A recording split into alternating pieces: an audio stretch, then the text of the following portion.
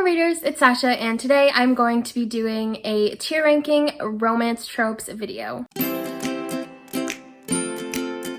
So today is just going to be a really fun laid back video where I just tier rank the best of the best in terms of tropes for romance. And the first person I saw do this was Cindy over at Read with Cindy, so I'll link that video down below. And the list I'm using is the list that she used as well, so maybe there are others that are going around, but this is the one that she used. So I saw my friend do this over on Ginger Snap Reads. I will link her down below as well. And I was laughing so hard. She did it with her friend and they had wine and it was such a good time. I don't have friends or wine, so hopefully a good meme selection can make up for it. You can see my screen here. I have my first tier is top tier. Yes, we love, we stan.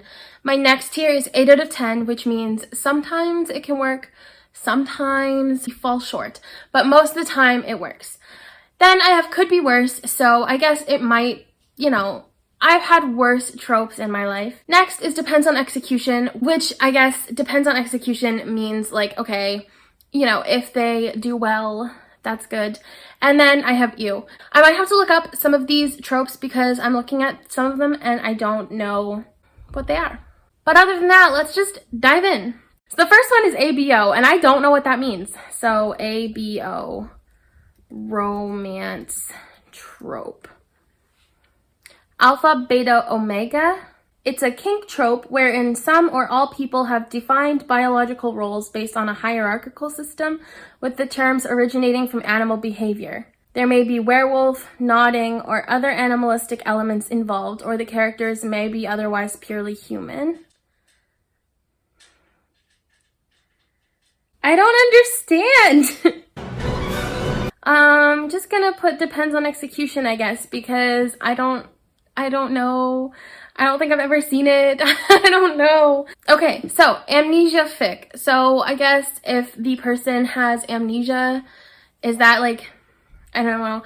I think I'm gonna put that in can be worse, or could be worse, I guess, because I feel like it would be kind of cute to have a romantic relationship where, not cute, but like a cute story, not like a cute situation because it's not cute, but where when somebody has amnesia and then their other like significant other is like trying to show them all the ways they love them. Oh, that's cute. So it could be worse, but I don't think I've ever actually read anything like that. So yes. Okay. Angst. Okay, I'm gonna put angst in could be worse because angst,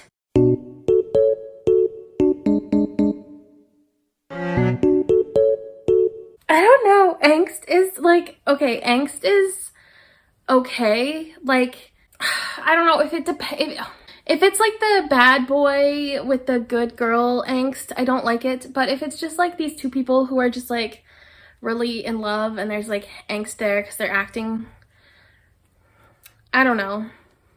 I don't know what I'm doing. Okay, so we'll just do that. Okay, arranged marriage. I'm gonna go with you. No. I'm gonna go on depends on execution because I feel like as a whole, I'm not a huge fan of arranged marriage, but I feel like it could be done in an interesting way, and I'm definitely open to reading stuff like that. Okay, what is a baby fic? It's just something that features, so it's like, okay. So the next one is baby fic, which just, I guess, is one character has a baby and the other one is like parenting the child as well. I don't think I've ever read anything like that, but I'm gonna say it could be worse because I do feel like that could be really cute having that type of situation. But yeah, I don't think it's for me, but like it could be worse. Okay, next is sharing a bed. And they were roommates. Oh my god, they were roommates. Yes, okay, I love this so much. Top tier. We love sharing. Oh my, no. I'll put sharing a bed an 8 out of 10. I feel like it's most of the time it's done so well and it's so cute and it's just like so angsty and it's just like, yes. But I feel like sharing a bed is definitely, it can have its like weird stuff. Is this making any amount of sense? I feel like it's not. This video is going to be a disaster. Okay, next is bang or die, and I'm just gonna assume that they have to like bang or they die. I don't know. Maybe depends on execution, because I feel like sex scenes can be fine in books if they're done really well, and if maybe bang or die, if it's done really well, could be good.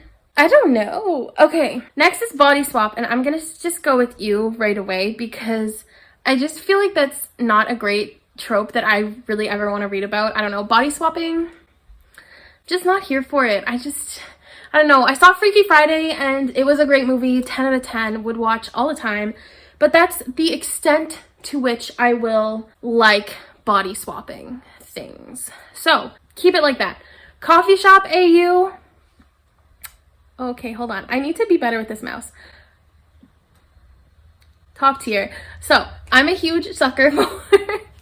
This is just showing that I'm soft. Coffee shop AU. I love coffee shops. I love stories that start in a coffee shop. You meet your like love in like this unexpected place. Like, oh my god, soft. Okay, love that so much. College AU is also going to be up in top tier because I love when romances and stuff take place at a college campus because it's so cute, and I like college books in general, except The Secret History, but we're not going to talk about that yet. And yeah, I think I'm doing a lot of weird hand motions. I don't know what to do, but I think that'll be, I think that's good. Okay, let's look for crack fic, because I don't know what that means. It's a work of fan fiction that is absurd, surprising, or ridiculous, often intentionally. I guess it depends on execution for me, because I watch a lot of crack videos where it's just like, watch this music video but like crack version, or like watch this interview but crack version. So I feel like it depends on execution, depends on the story type maybe. I don't know. It's not something I ever really experienced. So the next I have to look up too, because I don't know what it is. A crossover fiction meaning. Oh, okay, I did know what this is. I'm actually just having a moment. So a crossover is just when like a character or two from another series or something was like subtly thrown into this book, whatever. We'll just put it in you because I don't really like a lot of like crossover things. I don't like a lot of crossover movies or shows or anything, so I just kind of feel like that's fine. Okay, next is dark fic. And dark fic, I feel like it could be worse because I feel like it has its time and its place. I think it could be fun.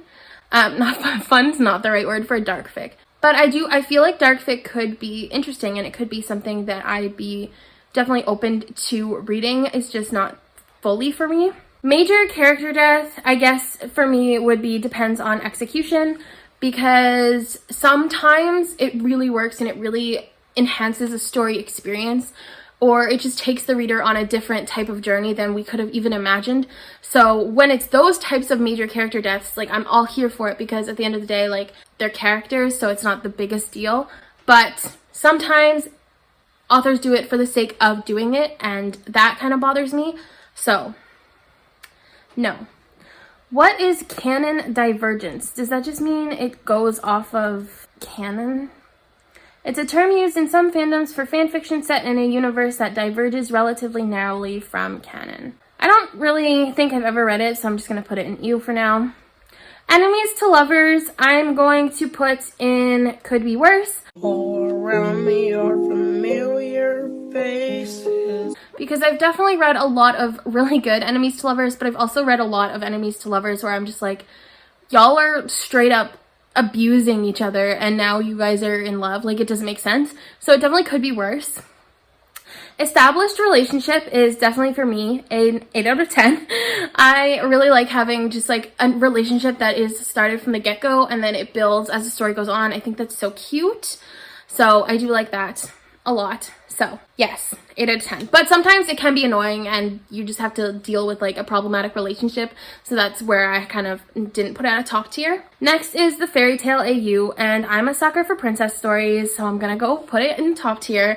Mentally, for books I read, I feel like I'm still 16 because I'm like, yes, fairy tales, aw. Whereas all my friends are like, bring me that deep, intellectual, dark stuff. And I'm just like, yes, for this. So, fairy tale AU, I love fairy tale stuff. That's so cute. Fake relationship, I'm gonna put it in 8 out of 10. I think it can be done really, really well most of the time. Most of the fake relationship books that I've read have been so cute, but I do feel like there are some times where it's just not necessary or it's just like problematic. Next is the Fix It fic. Is a fan fiction that changes something about canon that the fan writing the fic wasn't happy with. Okay. This I don't think applies to, I'm gonna just put it in, I guess, depends on execution. Fluff is, of course, top tier, 10 out of 10. I love Fluff. I think it's so cute. I like it. It makes me happy. It brings me joy. I like it. It is good. 10 out of 10. Friends to Lovers. Wow, we're just hitting up all the top tiers today. Friends to Lovers is my all-time favorite trope to use in a book. A friends to lovers, best friends to lovers, childhood friends to lovers, anything that falls under that scope, I freaking adore because I just think it's so cute and so wholesome and I love it so much. So, yes. Next is Gen Fic. I don't know what that is either. It is fan fiction that does not focus specifically on romance or sex. Okay, so yeah, sure. We'll just put that at the top because I don't think books need to focus on romance or sex. Says the person doing a romance trope tier ranking. Okay. Hurt Comfort, I'm going to put in 8 out of 10 because I definitely feel like it is very cute and can be just really, really sweet and done really well. It's definitely something that, like, when I used to write fan fiction for One Direction, we're not going to talk about it, I wrote a lot of the Hurt Comfort ones because it's just something that I like. Historical AU.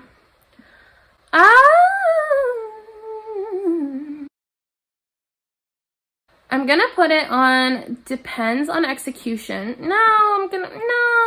Historical, we're gonna put an 8 out of 10 because I realize I actually really like historical fiction. So historical romance, stuff like that is definitely there. Okay, high school AU. I love you, bitch. Oh my god. I ain't gonna never stop loving you.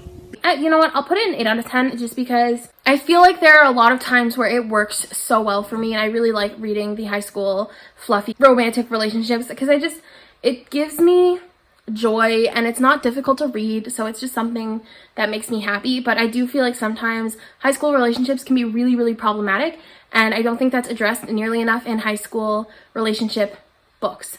So, yeah. Huddle for Warmth has to be just top tier because that is so cute. I love that idea where they just have to huddle for warmth and they're like, ooh, like, I love that. That's cute. Okay. Humor, we're also gonna go for top tier because I really like funny things. I think humor makes any sort of relationship, whether it is romantic or not, really fun and really special because being able to laugh and being able to share the joy of making someone laugh with someone you really care about is just so special. So this is definitely top tier for me. Yes. So the next one is In Vino Veritas, which is Drunk Confession. I definitely am going to put this in 8 out of 10 because I really like the idea of just like being really drunk and being like, oh yeah, like I really like you or I really love you or like I think you're really hot. Like I think that's fun, but definitely there are some times where it doesn't work. So we'll put it there. First Kiss, 10 out of 10, top tier. I love reading about little relationships, first kisses. I'm like, yes, you're just doing it. I get so excited. It's so cute. So, I like that. What is a magic AU? Alternate universe fanworks that incorporate magic in fandoms where magic is not present in canon. Okay. I made really bad lists. Okay. I'm just gonna put it in. Can I change this to not for me? Okay. And I'll put magic AU there. Okay. Miscommunication obviously is going in the not for me thing. I think that is like the worst of the worst tropes, or at least one of them. Oh my god, it's the worst. Like just listen or just openly talk about your problems. It's not difficult. Okay. Anyway. Missing scenes is, I'm sure, another fanfiction thing that I am not familiar with. Well, obviously I know what a missing scene is. Like, they wrote a scene in a book that we didn't get like a lot of description of. I'm just gonna put it down in, I guess, depends on execution. Mutual pining is gonna go straight up to top tier because I like when both the characters really, really like each other and they're not telling the other person. Like, I think it's so cute and it's just like, yes. Okay, what the fuck is sex pollen? I am confusion. So I am confusion. It's a common fanfiction trope used to bring two characters together in a sexual encounter. It involves one or several characters becoming infected with the pollen of some alien or magical plant, or they might be influenced in some way or another with magic, alien technology. No, that is not for me. I don't like that. I don't like that. Okay. Next is pregnancy fic. I'm gonna put it in not for me as well because pregnancy, like, yes, it's beautiful, it's wonderful, it's natural, but it really grosses me out. So I don't want to like read about it. You know what I don't want to read about like a pregnant relationship. Like, I don't care. Like, most of the time it just grosses me out. So next is porn without plot. Hey, it's your boy Skinny Penis. And I'm gonna put that on depends on execution because I feel like I don't like smut a lot of the time. I find it very uncomfortable to read about, but I actually think that sex scenes in books with no meaning can be done well.